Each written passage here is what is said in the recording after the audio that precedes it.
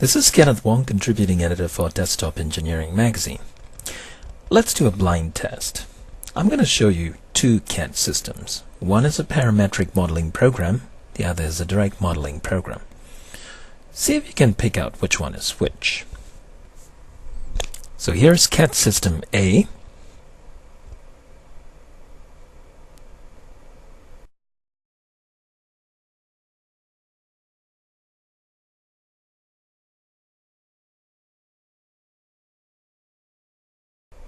And here's CAD system B.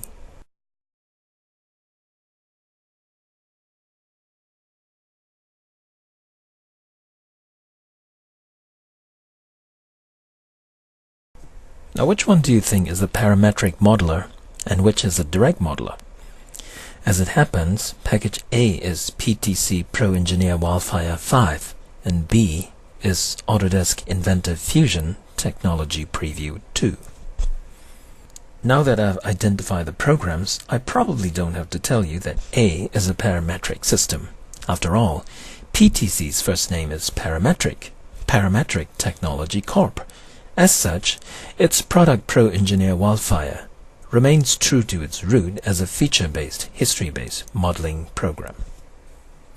Autodesk Inventor Fusion, by contrast, is Autodesk's preview of a technology under development, specifically designed to accommodate direct modeling.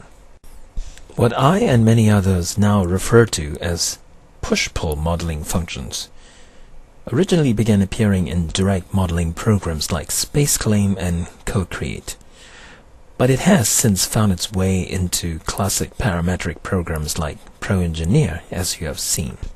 As a matter of fact, in my blind test, I could have shown you 4 CAD systems instead of 2. SolidWorks and the 2 higher-end versions of Libre Design now offer the same push-pull functions.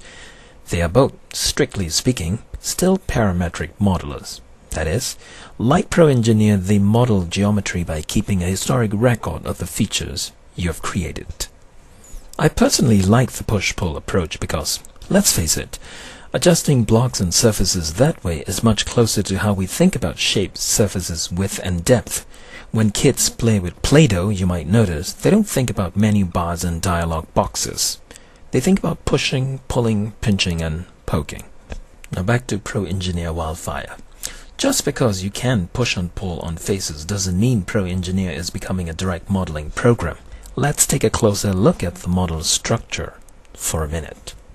Whereas in Autodesk Inventor Fusion, a model structure is made up of faces, edges, and bodies, Pro Engineer still retains a history tree.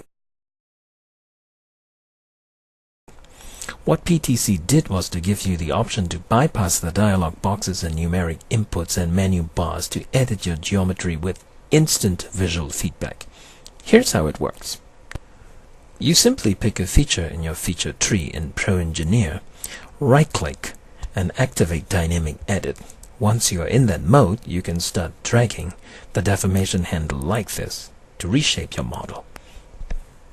My impression is, in the future, you might care more about the ability to push and pull on surfaces and less about whether you're using a parametric or a direct modeling program, because push-pull modeling is a huge leap forward in making CAD easier to use, whether you're using a parametric package or a direct modeling package.